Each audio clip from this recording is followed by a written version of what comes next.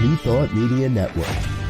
We are a global broadcast network of positive music, media, and entertainment, inspiring humanity's evolution along the journey of enlightenment and creating a world of love, peace, empowerment, and prosperity for all. New Thought Media Network. Positively inspiring.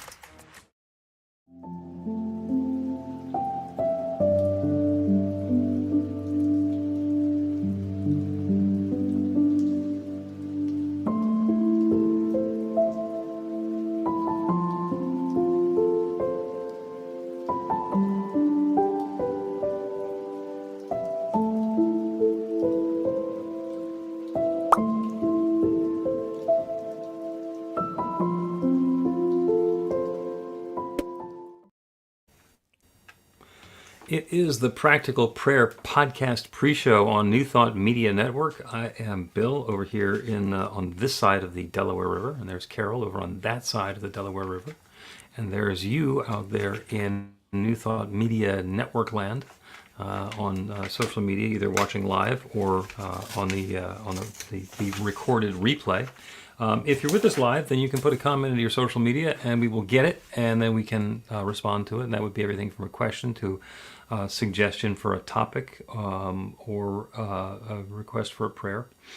If not, you can always go to the website at bethelight.com, be-the-light.com. There's a section for the Practical Prayer Podcast on there, and you can put the same sort of comment, suggestion, request in there, and we will respond to it on a subsequent episode. So that's for people who are watching the recording. And then, of course, what we're doing here is we're going to record an episode of the podcast, and that'll go out into podcast land in a week or so. All right, that's enough of that. How are you, Carol? I'm great. How are you? I'm doing okay. I'm so much better than recording time last week when I was exiled from my usual recording space because of the bat that showed up in my office, which turns out had not left. We managed to escort it out of the house on Monday evening last week. It was around for a while then, right? Well, it showed up on Sunday night, Monday morning, and it excused itself Monday evening after it got dark again. Okay. Because, it took the day shift off, as bats do. I would have excused myself right with it. Well, until it decided to leave. We couldn't be in the same place. Well, that was kind of the idea, but it managed to get out of my office with the door closed, and then it was flying around the rest of the house. So there was an emergency. There was an exodus. Yeah. There was the exodus that happened from my house. And what about Oliver? Did he go too? He was just perplexed. You're talking about my poodle. Sometimes stuff goes on, and it's so far outside of his realm of familiarity that he just stands there and looks. So he was doing that because he just did not get it. Why is there a bird in our house at night and it's flapping and it's swooping and behaving differently than the birds out in the backyard do during the day? So he was just a little overloaded. Of course, having mom shrieking at him to get out of the house probably didn't help his mindset at all. Yeah, that's what it was. So the bat left, and I got back into my office, and all is well with the world. I have a friend who probably 3 or 4 times a year gets a bat in his house. So he's much more casual about it than people like you and me. It's like, yeah, here's what you do.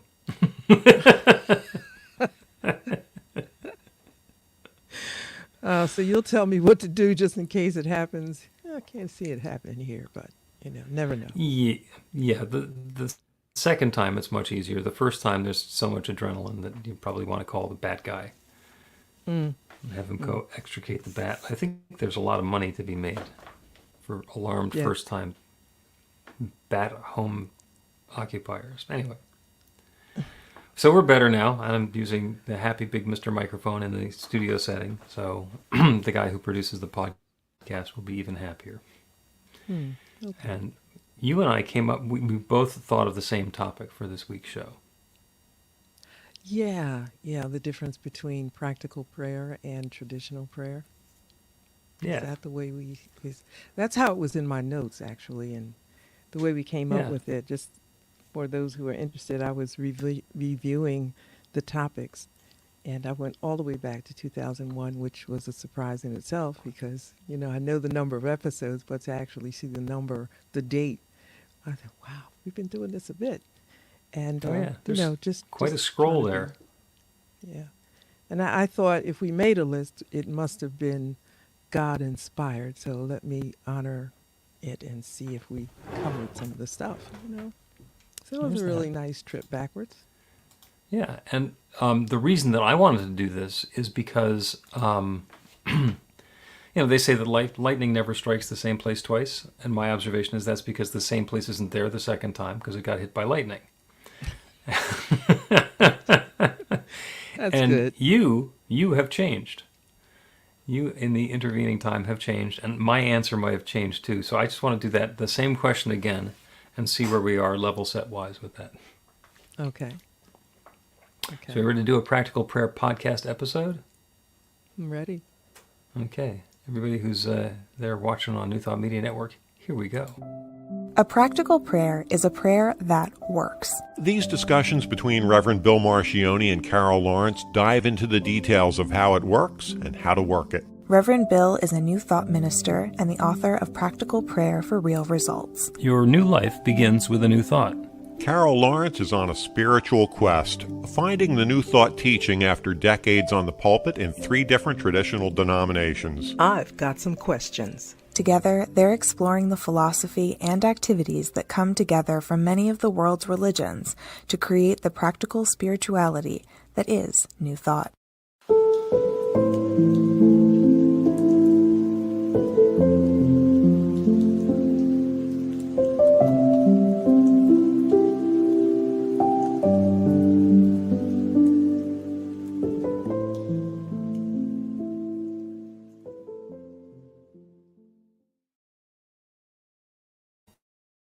Welcome to the Practical Prayer Podcast. I'm Carol here with Reverend Bill Marchiony.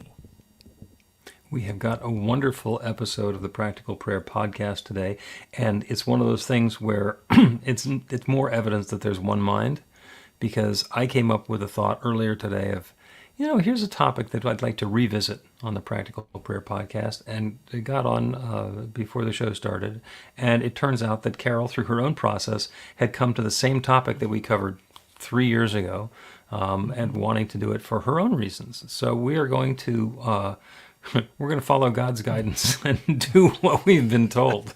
We're just saying yes to this one. Okay, I like that. And the original episode, which was very early on, probably in the first 5 or 10 episodes of the podcast that we did, is what is the difference between a practical prayer and a traditional prayer? And I recall when you originally asked that question, I was stumped. And it's not because I don't know what a practical prayer is. It's because I didn't know what the characteristics were of a traditional prayer. So I got educated along the way, and I have been speaking, pontificating, bloviating about that when people will listen to me ever since. And my interest in this was, where did that land with you, and how has that evolved for you? This was probably, without a doubt, the most difficult thing for me to understand. I won't say transition.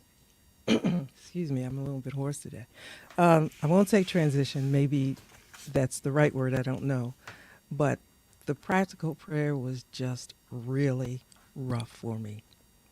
And I'll tell you how rough. For those who are listening, because I was in a class, one of the first classes that I took, in a whole bunch of them with you, and each of us had to do our practical prayer at the end. And it's no getting around it. Like somebody had to do one each time before class started. I could get around that, and you were kind enough not to put me on the spot because I know you knew I was having difficulty. But at the end, you got to do this thing to get your grade to be able to get. And you, being an overachiever, needed to get the grade. Yeah, well, look, I wasn't repeating the class. If I took it again, and you're not going to get an incomplete. That is not Carol. No. No. So I did what I needed to do to finish it, and I'll be honest, I was still not there, but I did what I was supposed to do. I followed the rules. I followed the steps, and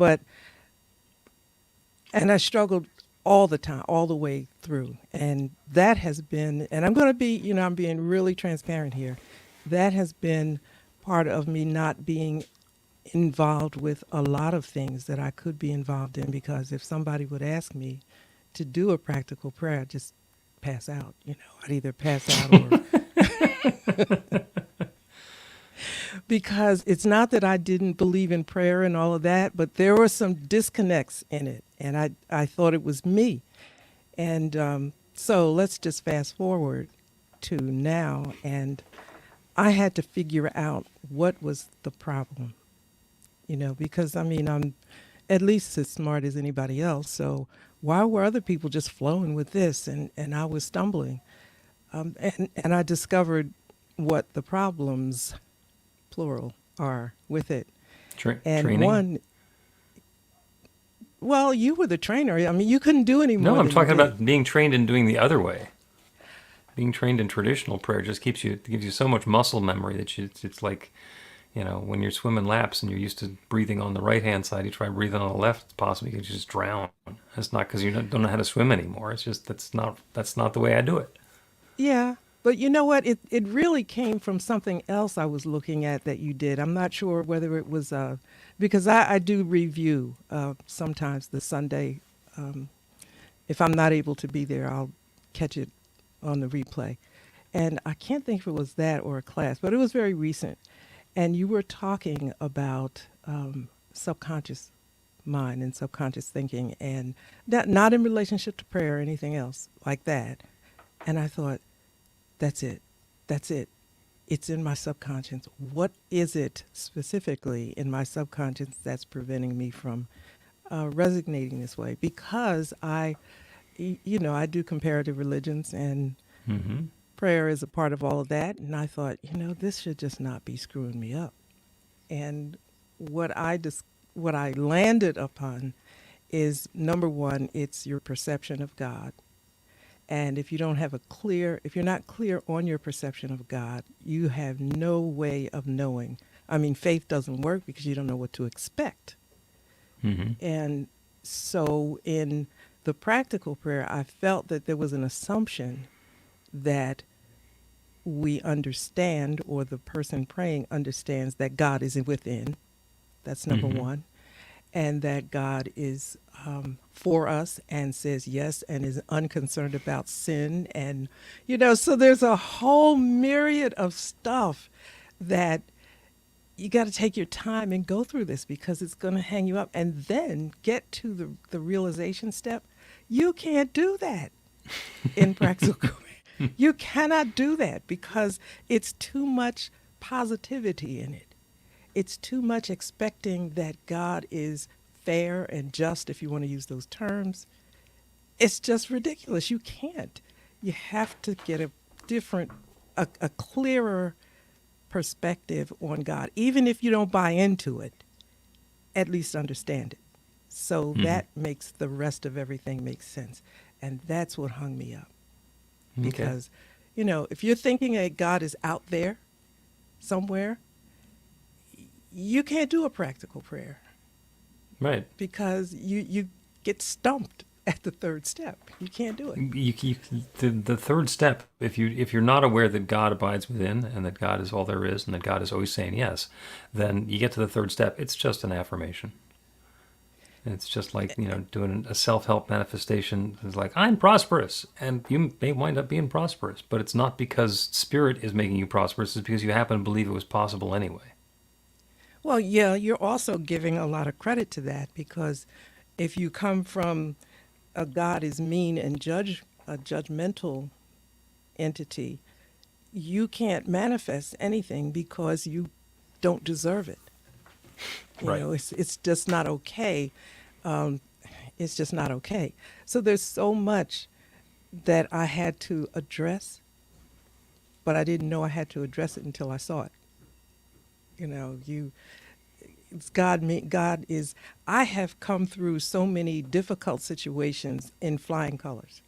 Just I've been really, really fortunate in whatever word you want to use. So what did that mean? Did that mean I was lucky? Certainly didn't mean I was good. So I had to say, well, okay, God doesn't care if I'm good or not good, according to whatever definition you want to use. Eventually you get rid of that. Eventually. But I think coming to a place where you say God really doesn't care, that's probably the first step. And what do you mean God doesn't care? God loves, God cares about everything. You got to tire yourself out, No. Yeah, that's tricky for a lot of people to understand. Well, and that's one of those really abrupt things that I will say, is that God loves you so much that God doesn't care at all what happens to you. And people are like, what do you mean God doesn't care? What I mean by that is God cares completely. God cared so much about you and me and everything that it shared itself as its creation. Everything is God's perfect expression unfolding. So that's the level of caring. What we mean when we say God doesn't care is that God doesn't have a horse in the race about what's going to happen. Marry her, don't marry her. Make a lot of money, live in a tent. It's not going to change God at all. God is having that experience of richness or poverty through us and as us. And in order for that to be the experience, somebody's got to have it. So when we volunteer, great, that ticks it off the list, and somebody else doesn't have to. Or maybe lots of people are going to, because it'll be very popular to be whatever it was that we said. And there's no limitation in God. It's not like you can't have 3 really rich people. If one of them is the richest in the world and somebody else comes along and gets that rich and goes past him, does that change the second one? No, he's still rich, or she. So you almost have to figure out where to start on something like this. And I'm an advocate that you really can't do it by yourself. You probably can, but it'd be terribly difficult. You need to be able to talk things through with somebody, whether they're experienced in New Thought or not.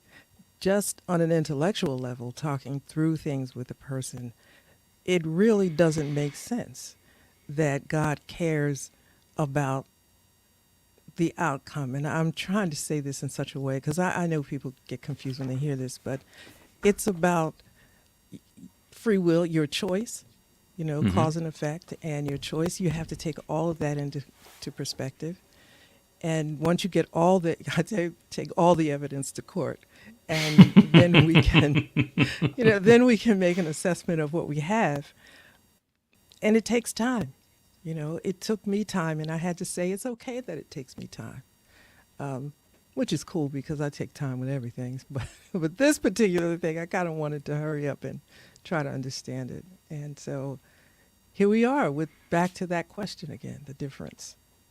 And it's not a difference. I don't think it's a difference in the prayer as much as a difference in the understanding of who God is in your understanding. Therefore, this is what you can expect, which is another word for faith, right? Yeah. Yeah, I mean, if you start a prayer by saying, oh God up in heaven, I know that I am unworthy, but I beseech thee, just this once to please X, Y, or Z, save mom's life or give me a pony. Whatever it's going to be. Oh, please, oh, please, oh, please. And if you do, then I promise I'll do whatever. I mean, those prayers might feel good, but they don't work. oh God, okay, fine. God is out there and they're fine. Doesn't really matter. Right. But the formula, and one of the formulas that a lot of people recognize, is that you acknowledge God first and then comes confession. That's the problem right there. Um, I got to confess. I'm not confessing good stuff, right? I'm confessing. I mean, you can, but I'm confessing crap, right? So I'm saying, I'm acknowledging to God that I'm ridiculous, I'm a worm undone or whatever, and I did this and I did that.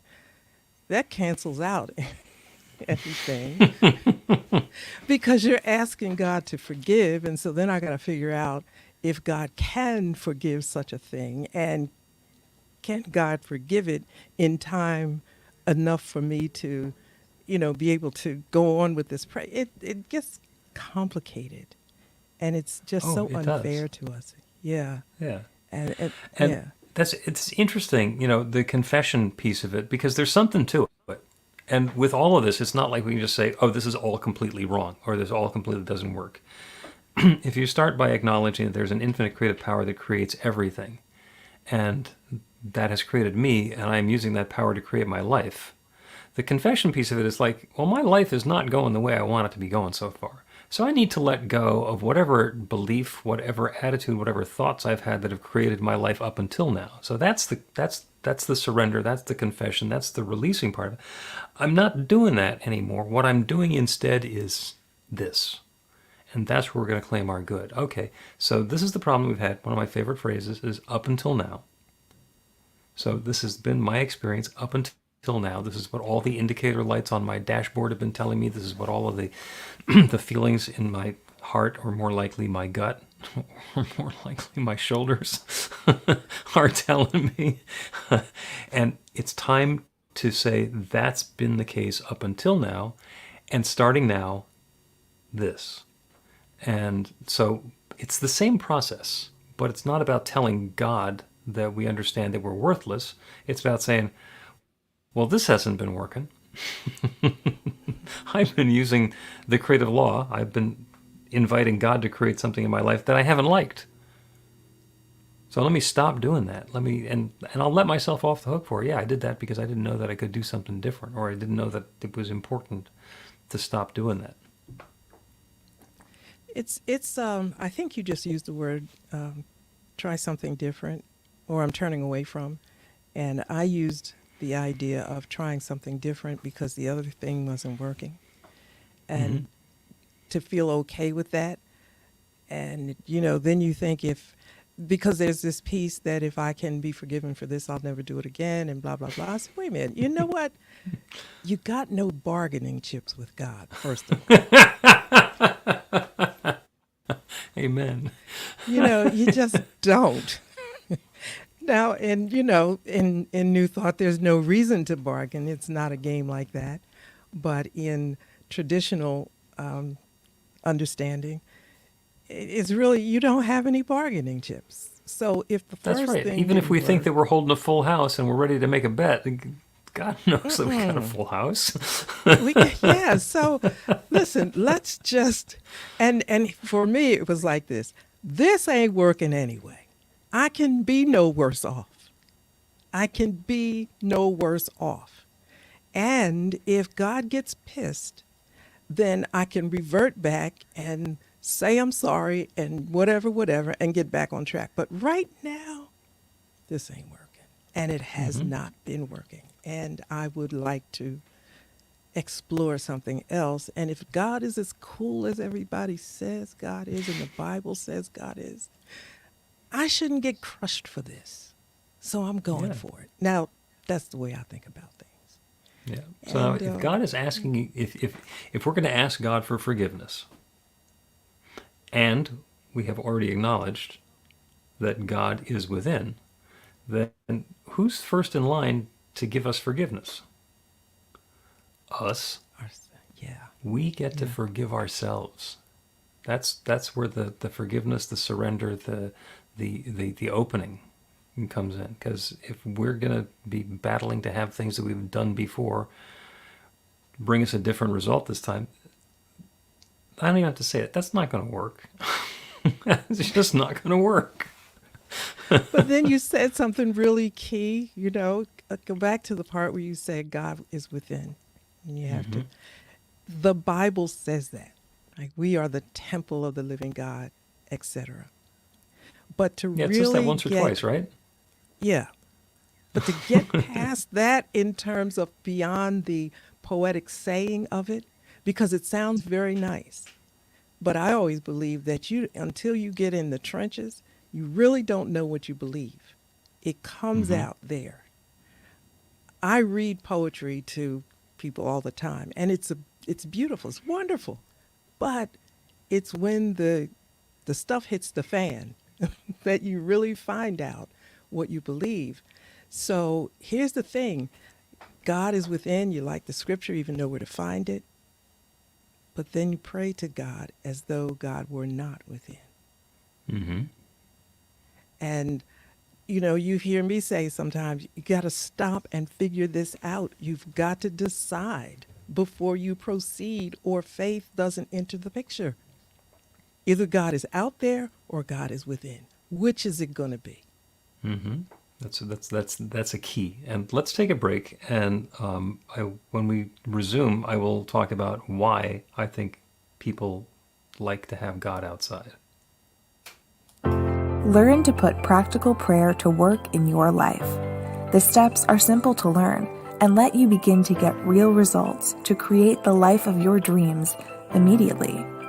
Reverend Bill Marchiony's widely acclaimed book, Practical Prayer for Real Results, gives you a clear summary of the New Thought principles behind practical prayer and the series of easy-to-understand steps found in the most effective prayers from religions and spiritual practices all over the world and throughout history. Practical prayer is not a replacement for your religion or practice. It's a technique to make the work you do in consciousness even more effective. The book includes 40 prayers on various topics that you can adapt as needed and use as your own.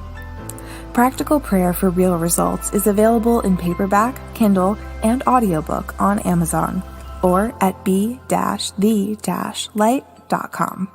That's b-the-light.com. Welcome back to the Practical Prayer Podcast. I'm Carol, here with the Reverend Dr. Bill Marchiony. We're having a wonderful conversation about the difference between practical prayer and traditional prayer. And we kind of got down to the point where the key piece is understanding that God is within. Because if God is out there up in the sky, looking down, judging us, deciding what's going to happen to us, it is a completely different relationship between us and the infinite than if we understand that we are the temple of the living God, that the divine lives within us, that everything is God's creation, and that includes us. And it's so powerful to me to understand that that's the nature of the universe. That's why it's so often I get back into discussing creation stories, because everybody has a creation story and they're all saying the same thing, which is that God has created us by sharing itself as us, because there's nothing else, that it didn't start with any other raw materials. There's not God in a pile of stuff. No, that's not the story. And so there's this pervasive, and I say pervasive because there's 8 billion people on Earth, and there's not that huge a percentage that understands that the divine abides within. There's a pervasive belief or thought that God is outside of us. And I was going to tell you why people do that. And it's because it's easier. It's easier when things don't go the way that we like, when things are not to our preference. Then we can say, well, that's because God didn't want me to have it. Poor lowly me down here. I asked God for it in a prayer where I said, I know I don't deserve this, but could you please do me a solid and let me have this just once, and I promise I'll go to church afterwards. And then it doesn't show up, and it's like, well, God didn't want me to have it. God didn't believe that I was going to go to church, etc. And we get to blame God for the continued experience of life that we're having. And that doesn't sound really easy when I describe it. But the other choice is, whatever I'm experiencing is the creation of my consciousness. And if I want to change it, then I have to look within myself and change what I believe to open up to a new possibility so that the circumstances can change. There's a lot of responsibility in that. It's not even responsibility, it's accountability. I am creating my own life. Oh, geez, now what do I do?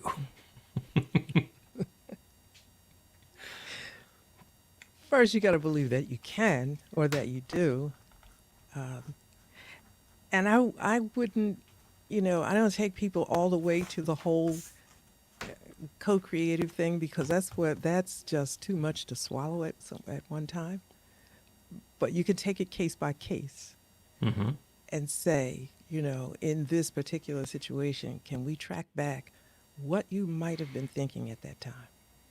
Yep. What you might, and that sets the course for a different thought process, which seems to, and there's aha moments. And so that was a lucky one. How about this situation over here?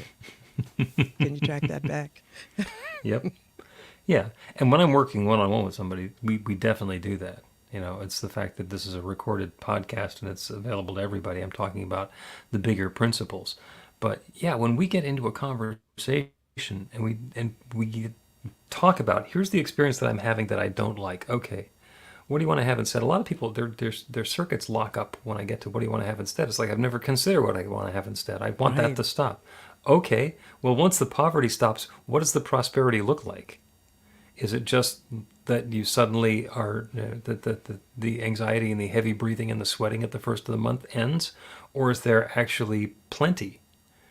Is there more than enough? Are you free to make some choices? Can you go take a different job? Can you do some volunteering? Can you quit your third job so that you can have free time with your family? I mean, there's a lot of things that are implied in what happens when we have that new experience. And then we get to dive into, well, what's bringing that about and where does that belief come from? And it's a very personal, individual thing for everybody. It's the question that I like to ask is, what do you want? And, that kind of stops everything right there. Like, what do you want? One answer I get all the time is, I don't know, I never thought about it, or I don't know. And so, right, well, that's the accountability we're talking about. You still operate in, if this were grade school, you're still operating high school. Like, I'm saying, like, go back to grade school and say, what do you want? What do you want? And if you don't know what you want, then how do you know that you've got it? How do you know that you've got it? What are the possibilities? Why is it impossible? But first, do you want to own a Rita's franchise? Or do you want to be a vet? Or do you want, everything's a go. Right. So, you think about it and say, well, why can't you have that? And here's the thing. Sometimes I think we say things that we want, we know is so far out there. Like, they used to tell us, I'll never forget this. I was in the elementary school. You can be anything you want to be. You can be the president of the United States. I and everybody else believed that, right, in class and stuff. Right? Okay, so how do you say that that's not true? Here's the thing. President gets 4 years. You can go through the whole daggone school and everybody gets a turn and everybody will not get a turn. I mean, there's not that much time on earth.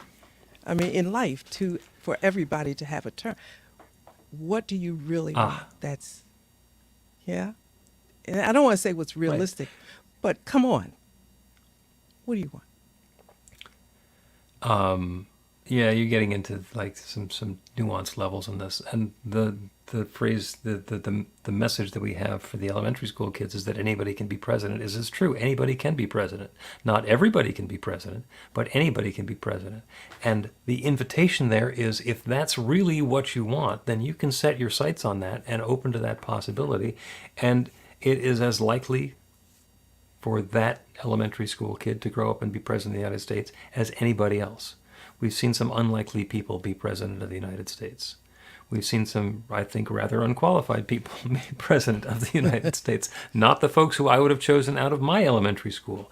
However, The second thing that comes along in there is if somebody wants to be the president of the United States, why?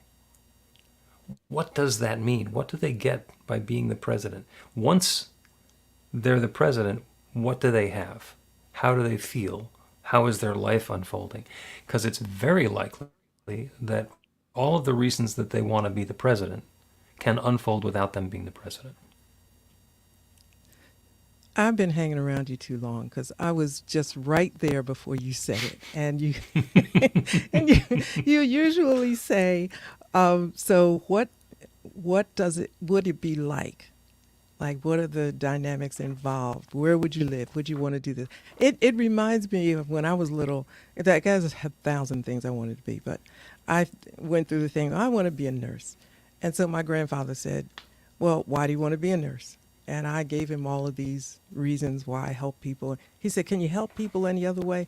No, I want to be a nurse. He said, "Okay, well, to be a nurse, you have to first wash people, empty bedpans, do such and such and such." And I'm thinking, I ain't going to be no nurse. You got to be kidding. I got to do nursing's all off the table. We do something That's different off the instead. Yeah, so that's sort of like what I think about when you say, you're examining the pieces of, well, it's easy to paint with a broad brush, but what does all that include? If you get it, you get everything. And exploring that is a good thing. I mean, I didn't know that you had to empty bedpans. And Yeah. it's cool. I mean, empty bedpans are good, but not for everybody. Some people can't handle that. Some people can't handle Yep. blood, so you need people to help you think that Yeah. through. It's popular for kids to think, I want to be a fireman when I grow up, because there's the, carrying somebody safely from a burning building. And there's that, and it's wonderful, but that does not happen that often for firemen. If part of the dream is, I want to see if I can get to sleep with 11 other smelly men who are snoring, because that's who's at the firehouse, that's a different dream. Yeah. And nothing against firemen, everybody, we're playing our role and we're doing our thing, but there's a whole bunch of assumptions that go into all of that.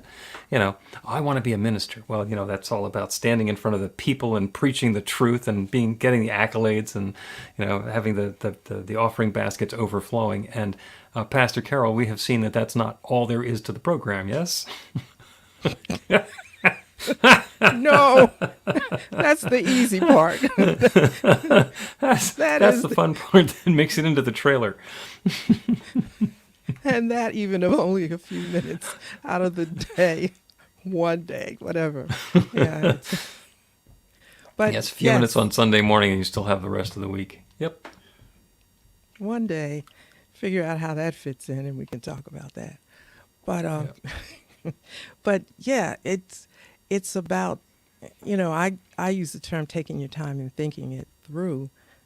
What does it really mean, this practical prayer? What will help me to ease in or understand the practical prayer? What will help build my faith in that this practical prayer direction is good? Is it cool? How does my faith blossom in this? And I think to me, it's beneath the surface. It's what is possible. There's nothing impossible for God. So therefore, it is possible for me to do this, this, and this. Well, I don't know. Then you got the imposter syndrome and all that other, I can't do it. I'm a perfectionist and I'm working my backside off to be perfect. And it's really, all of that stuff is a part of it. And I guess those come in those steps that you talk about. If it's not working, you got to go back to step two, not go back to step two, but step away. What do you call those? Yep. Step away and you want to refute and reaffirm. I spent so much time in the refutation part, man. Well, yeah, you spend a lot of time learning stuff that needs to be refuted now in order for a practical prayer to be practical for you. Let's take another break, and then we're going to do a prayer, a practical prayer on being aware of the power of yes that is within. Ooh.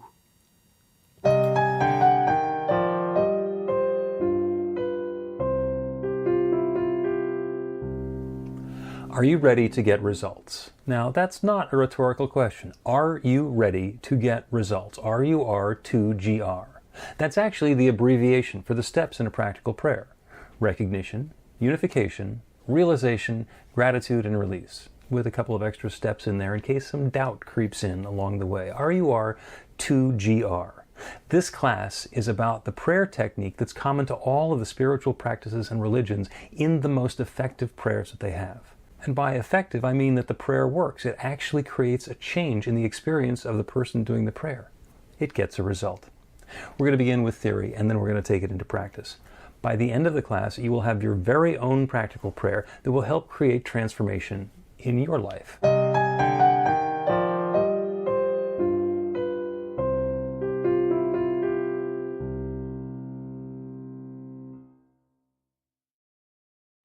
Welcome back to the Practical Prayer Podcast. I'm Carol, here with Reverend Dr. Bill Marchiony. This conversation has been amazing.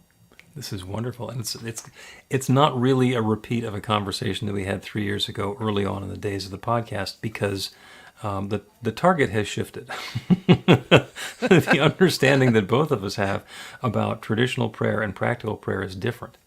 I have a much deeper understanding of traditional prayer and the stuff that we've been talking about. I think, Carol, you have a much deeper understanding and familiarity with what practical prayer is about. And they're different. Mm-hmm. They're different. And it's okay that they're different. And once we understand that they're different and how we can make use of whichever one it is that we're doing, there's a lot of power in that. Mm-hmm. So let's do a prayer on opening to the power within, that infinite creative power, that divine presence, that creative law that always says yes. It always says yes. That is the power within. And Ralph Waldo Emerson kind of summed it up, didn't tell us how to do it, but told us what was going on, is that we need to get our bloated nothingness out of the way of the divine circuits so that it can create something.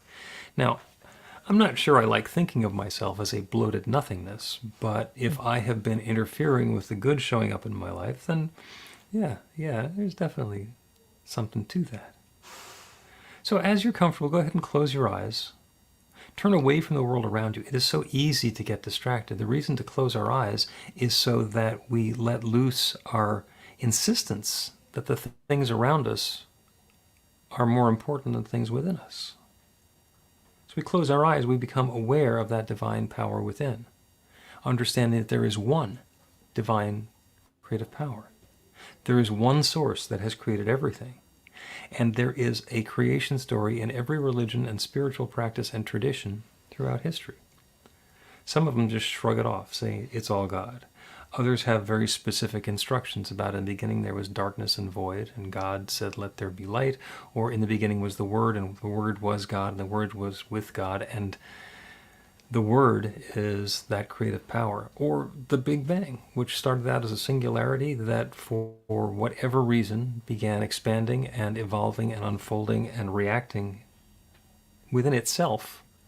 And from that one, whichever story we're telling, everything has come. And everything continues to unfold, and everything continues to blossom. And that everything includes me and each one who is within the sound of my voice. That divine creative power abides within.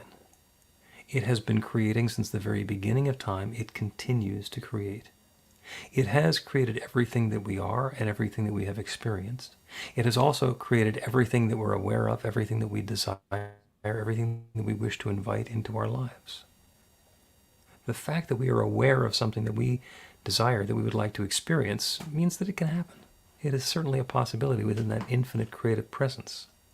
So as we get our bloated nothingness out of the way, as we let loose our disbelief that the good that I'm seeking can't possibly happen because of whatever reason, because somebody in my childhood convinced me that that wasn't possible, or I have a previous experience that's traumatized me to think that that can't possibly happen for me, or just a lifetime of envy thinking the good stuff only happens to people outside of me.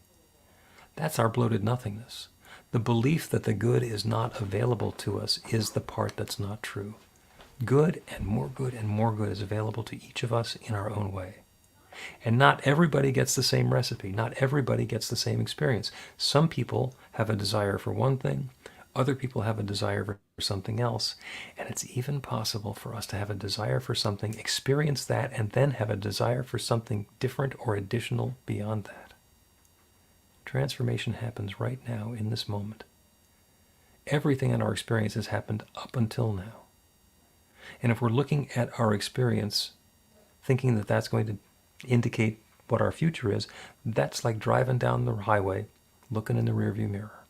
It's not going to show us where we're going. It's going to show us where we've been. So we get to choose a new destination. It might be more of the same. It might be, yes, more, please. Or it could be this too and something additional. Whatever that good is that we're seeking, it is available. So I'm now claiming it for each one. As we let loose our disbelief, as we open to new possibilities, that power within is saying yes. That infinite creative power that creates everything is saying yes, and it's bringing this good into our lives.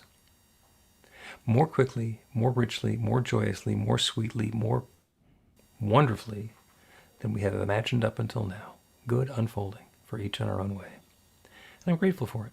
I'm grateful for the good. I'm grateful for the willingness of each one to turn away from what's been and open to that new and allow that power within to say yes. And it says yes. And so I let it be. And so it is. The Practical Prayer Podcast with Reverend Bill Marchiony and Carol Lawrence is a production of BeTheLight.com. be-the-light.com. Where you can find more information about practical prayer for real results. Our theme is by Music of Wisdom.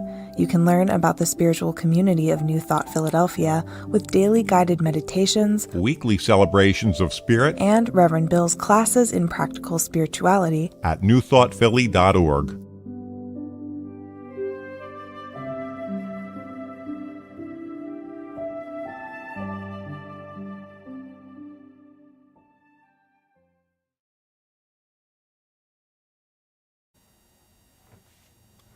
That is the Practical Prayer Podcast, episode number 164, the redux of the difference between practical prayer and traditional prayer. This was very much different than the original discussion. This was very much different, yeah. And I would never have even tried to guess where the conversation is going to go. I just knew it was going to be different than last time. I just wanted to make sure that we touched base with it again, because it's so much. You can't cover all of any of this in one podcast. Yeah. And it's just so vast, the information and that which, the knowledge that is available to us. It's amazing. Yep. Well, to continue the swimming metaphor that I used before, because I went swimming earlier today, we swim on the surface. So if I'm swimming and the pool is 3 feet deep, the swimming experience is the same as I'm swimming in the ocean, which is 3,000 feet deep. And I've done both, and the swimming is pretty much the same, although there's a lot more depth that's available once we open ourselves to it. Yeah. I like that. I was wondering where you were going, because I'm thinking at the ocean, how's that the same? Yeah, it is. Oh, it's the same. But I get it. Yeah. I get it. Yeah. And I spend time scuba diving, where you don't scuba dive at the top, you scuba dive at the bottom. So the experience of the same body of water is completely different for a scuba diver than it is for a swimmer. But it's the same water. Same water. Yeah. Same water. Yeah. That analogy is excellent. I like that. Going to have to include that in my stuff. Yeah, and I found myself talking about scuba diving 2 or 3 times in the last couple of days, so wonder if it's time to go scuba diving again. Why not? I'm rusty and I live in Pennsylvania. I lived in Florida. I went scuba diving all the time. Okay. When I lived in Florida, I would drive my car down to the beach, park at the beach parking lot, grab my scuba gear out of the trunk, and walk out to the reef, pretty much. Can't do that in Philly. Can't even do that really in New Jersey. I don't think I mean, you so. can. It's just you can't see anything, and it's scary and cold. I was going to say the water is very much different. I mean, it's beautiful. The environment, the atmosphere is beautiful, but it's just different. I can tell when I go to My different. favorite saying of the New Jersey scuba divers is, "Hey, I could see my hand."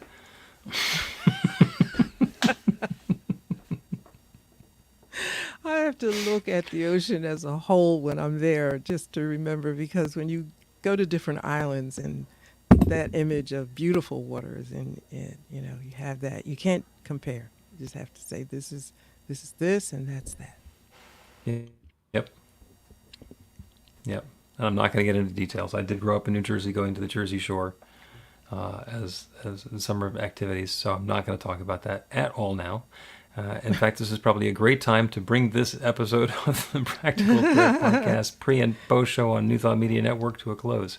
Thank you to everybody who is joining us on New Thought Media Network. If you have, again, a question or a comment, you can put it at bethelight.com, be-the-light.com. Let me see. Oh, there it is. I found the little thing. So there's the website that you can go to. You can put in a question or a comment or a prayer request there, and we are always delighted to hear from you. And we will be back again next Monday with more conversations. And even if we do a repeat of the same topic that we've covered before, it'll be different because it is. Yeah. Thank you, Carol. Please help us say thank you to our organizational sponsors, including the Hefferland Foundation, Affiliated New Thought Network, International New Thought Alliance, Science of Mind Archives and Library Foundation, Center for Spiritual Living Denver, Center for Spiritual Living Midtown, New Thought Philadelphia, Planned Happiness Institute, Summit Center for Spiritual Living, One Heart Retreats, Center for Spiritual Living on the Lake, Unity Kitchener, Unity Spiritual Center Ottawa, Om Center for Spiritual Living, Satya Center, Begin Within Ministries, Center for Spiritual Living North Jersey, Unity of Savannah, and the Center for Spiritual Living Seattle, as well as all of our individual donors. Thank you for being part of the New Thought Media Network. Please like, share, and subscribe. New Thought Media Network, positively inspiring.